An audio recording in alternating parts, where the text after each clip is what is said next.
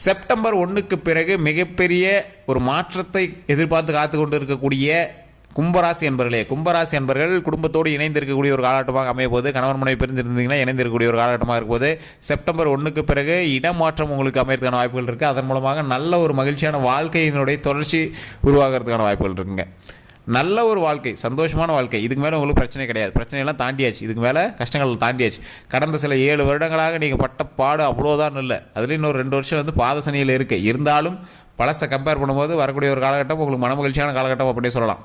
இந்த காலகட்டத்தில் கல்வியிலிருந்து கொஞ்சம் ஓரளவுக்கு பரவாயில்லையாக இருக்கும். கல்வியில் இடமாற்றம் இருந்திருக்கும். இடத்துல, அதாவது நீங்கள் வசிக்கக்கூடிய இடத்துலேருந்து இடமாற்றம் இருந்திருக்கும். இந்த மாதிரி நிறைய விஷயங்கள் மாற்றத்தினால் அமைஞ்சிருக்கும். பழசுலேயும் இந்த இடம் போயிட்டு வந்திருப்பீங்க, ஆனால் கஷ்டத்தை தான் அனுபவிச்சிருப்பீங்க. அந்த கஷ்டத்தெல்லாம் இனிமேல் தூக்கி போட்டுருங்க. இதுக்கு மேலே வாழ்க்கை சந்தோஷமான வாழக்கூடிய ஒரு நாட்களாக அமைய போது, ஒரு இடத்துல போய் ஒரு கொஞ்ச நாட்கள் உட்காந்து அந்த இடத்துல வந்து உங்களுடைய வருமானத்தை பெருக்கிட்டு உங்களுடைய கரண்ட் பிரச்சனைலாம் தீர்த்திட்டு மறுபடியும் நீங்கள் உங்களுடைய பூர்வீக இடத்துக்கே நீங்கள் வந்து வரப்போகிறீங்க. மகிழ்ச்சியோடு வரப்போகிறீங்க, ஃபேமிலியோடு வரப்போகிறீங்க, சந்தோஷமாக இருக்கிறதுக்காக வரப்போகிறீங்க.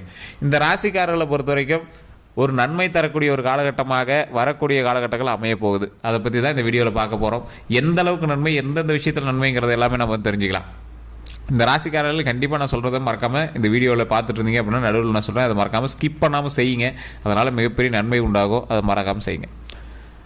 இந்த கும்பராசிக்காரர்கள் வேறு ஏதாவது ஒரு டவுட் இருக்குது சார், இந்த விஷயம் வந்து நடக்குமா நடக்காதான்னு ஒரு சந்தேகம் இருந்துகிட்டே இருக்குது, தொழிலில், திருமணத்தில், கல்யாணத்தில், வசியத்தில், ஏதோ ஒரு விஷயத்தில் வந்து உங்களுக்கு பிரச்சனை இருக்குது அப்படின்னா மறக்காமல் கமெண்ட் செக்ஷனில் டைப் பண்ணுங்கள்.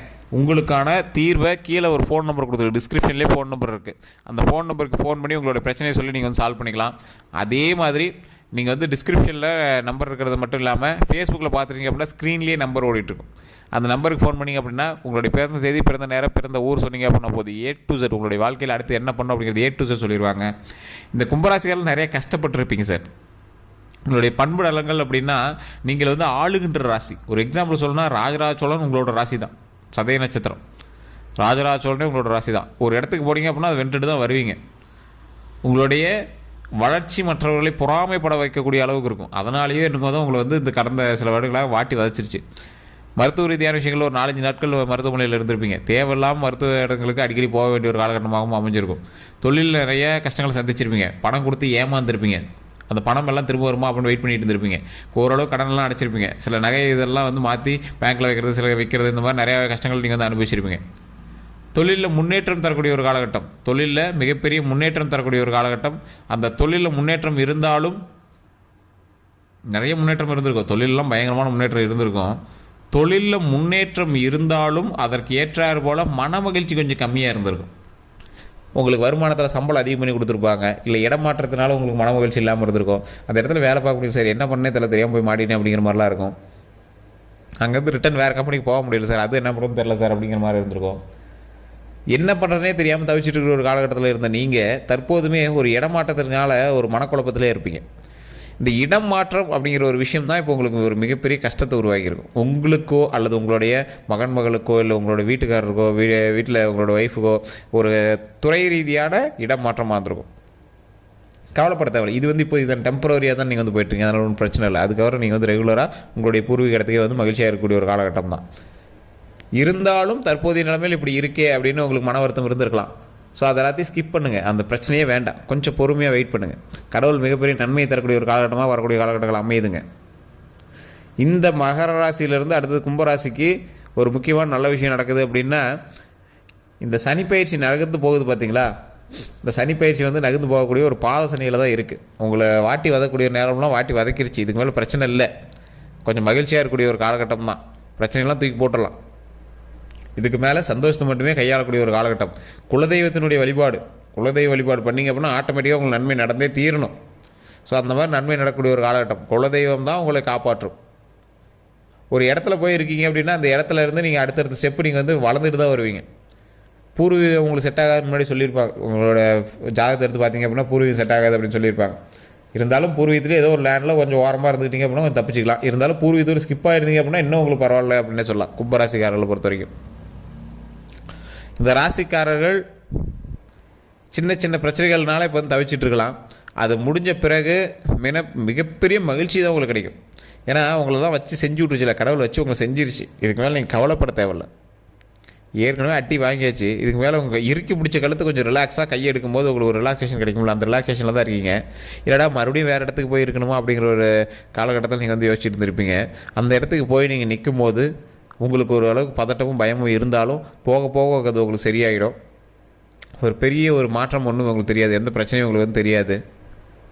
மைண்டு ஃப்ரீயாக இறை வழிபாட்டோட நீங்கள் வந்து உங்களுடைய குலதெய்வ வழிபாட்டோடு நீங்கள் ஒரு இடத்துல போய் இருந்தீங்க அப்படின்னா அதற்கு பிறகு வரக்கூடிய விஷயங்கள் எல்லாமே மன மகிழ்ச்சியாக தான் இருக்கும். உடல் ரீதியான விஷயங்களில் கொஞ்சம் கவனம் தேவை. நீங்கள் நல்லா தூக்கிய பல நாள் இருக்கும் சார், நல்லா தூக்கிய பல நாள் இருக்குது சார், தூக்க மாத்திரை போனால் தான் சார் தூக்கமே வருது அப்படிங்கிற ரேஞ்சில் தான் இருப்பீங்க. அது எல்லாமே கொஞ்சம் கொஞ்சம் நாட்களில் மாறிடும், சரியாயிடும். ஏன்னா இப்போது நீங்கள் வந்து யாருடைய காலகட்டத்தில் இருக்கீங்க, சனியினுடைய காலகட்டத்தில் இருக்கீங்க. அப்போ என்ன பண்ணுவோம், உங்களுக்கு வந்து பகுத்தறிவை கொடுக்கும். பகுத்தறிவு மட்டும் இல்லாமல் வாழ்க்கையை எப்படி நடத்தணும் அப்படிங்கிற மிகப்பெரிய பாடத்தை கற்பிக்கும். சனி பகவான் உங்களுடைய வாழ்க்கையில் இருக்கார் அப்படின்னா பாடம் தான் உங்களுக்கு கற்றுக் கொடுப்பார். இந்த மாதிரி இருக்கணும், இந்த மாதிரி இருக்காது, இது வந்து மிகப்பெரிய பாடமாக தான் கற்றுக் கொடுப்பார் சனி பகவான். அது நிறைய பேருக்கு தெரியறதில்ல சார், வச்சு செஞ்சிருச்சு சார் அப்படி இப்படிப்பீங்க. நிறைய பேருக்கு தெரியாத ஒரு விஷயம் அதுதான். சனி பகவான் உங்கள் வாழ்க்கையில் இருக்கிறார் என்றால் மிகப்பெரிய பாடத்தை உங்களுக்கு கற்றுக் கொடுக்க போகிறார். இத்தனை நாள் நீங்கள் பட்ட கஷ்டமெல்லாம் உங்களுக்கு சனி பகவான் கொடுத்த பாடம். இவ்வளோ லக்ஸுரியஸாக இருந்த இது எல்லாமே உன்னால் இருக்க முடியும் அப்படின்னு உங்களை வந்து கற்றுக் கொடுத்துட்டார். இதுக்கு மேலே நீங்கள் போய் ஒழுங்காக இருக்கணும் அப்படிங்கிறதான் உங்களுடைய வாழ்க்கை. எவ்வளோ பில்டப்பாக இருந்தால் இதுக்கு மேலே அந்த பில்டப்லாம் இல்லைன்னு ப்ரூவ் பண்ணிட்டேன் அப்படின்னு தெரிஞ்சுக்க வச்சிட்டோம். எவ்வளோ அழகாக இருந்தால் அது அழகெல்லாம் இல்லைன்னு ப்ரூவ் பண்ண வச்சிட்டேன். எவ்வளோ அறிவாக இருந்தால் அந்த அறிவே இல்லை அப்படின்னு ப்ரூவ் பண்ண வச்சிட்டாங்க.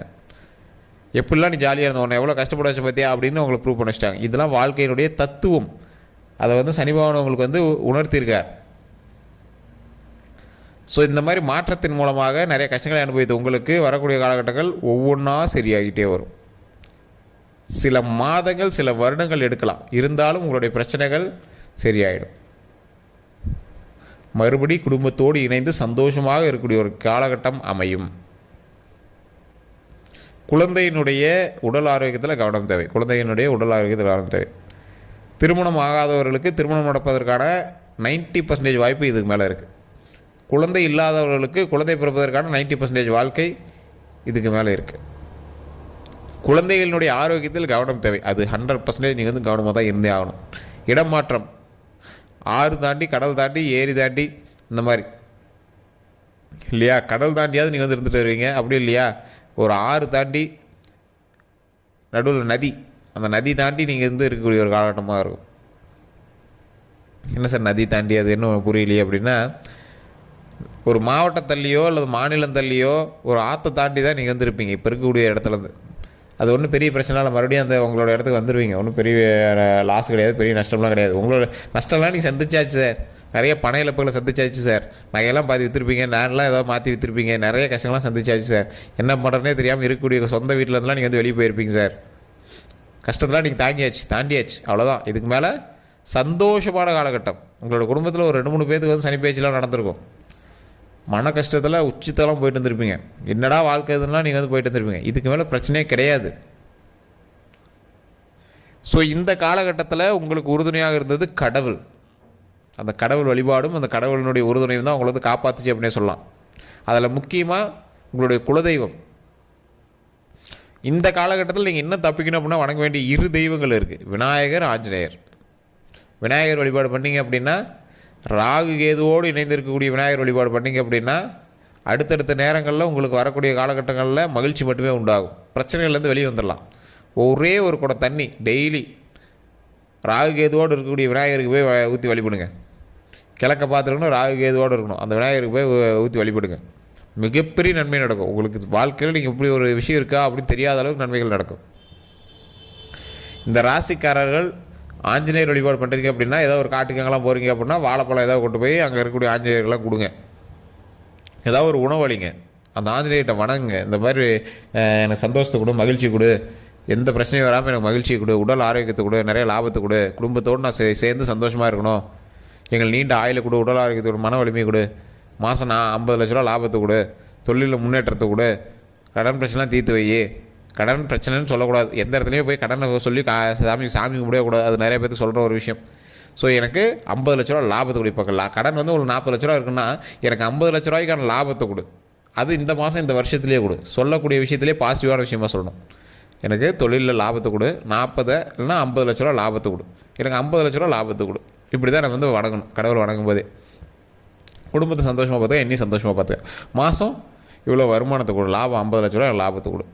அதே மாதிரி கடன் பிரச்சனையெல்லாம் இருக்குது அப்படின்னா அதை இறைவன்ட்டு வணங்கும்போது, இங்கேன்னு இல்லை, எந்த ராசிக்காராக இருந்தாலும் சரி, எந்த கோவிலாக இருந்தாலும் சரி, நீங்கள் போய் வணங்கும் போது அதை சொல்லி வணங்கக்கூடாது. எனக்கு இவ்வளோ கடன் இருக்குது அப்படின்னா, ஒரு 50 லட்ச ரூபா கடன் இருக்குது அப்படின்னா, எனக்கு 60 லட்ச ரூபா லாபத்து கொடு, தொழிலில் எனக்கு லாபத்து கொடு, அப்படி தான் நம்ம வந்து வணங்கணும். இது நிறைய பேர் தெரியறதில்ல. அதே மாதிரி கோவிலில் போனீங்க அப்படின்னா அழுது வணங்கக்கூடாது. இது நிறைய பேர் தெரியறதில்ல. அதையும் ட்ரை பண்ணி பாருங்கள். அழுது வணங்கவே கூடாது. சிரிச்சுக்கிட்டோ இல்லை ரொம்ப அப்படியே கேலியாகவும் வணங்கக்கூடாது. போய் நார்மலாக நில்லுங்க. உங்களுக்கு இந்த விஷயம் வேணும், எனக்கு நல்லபடியாக வருமானம் வேணும், நல்ல லாபம் வேணும், உடல் ஆரோக்கியம் வேணும், மன நிம்மதி வேணும், நீண்ட ஆயுள் வேணும் அப்படின்னு வணங்கணும். இதுதான் வந்து கடவுள் நமக்கு தரக்கூடிய ஒரு பாசிட்டிவ் வைப். அந்த பாசிட்டிவ் வைப் கிடச்சிச்சு அப்படின்னா ஆட்டோமேட்டிக்காக நம்ம வந்து வளர்ந்து வந்துகிட்டே இருக்கலாம்.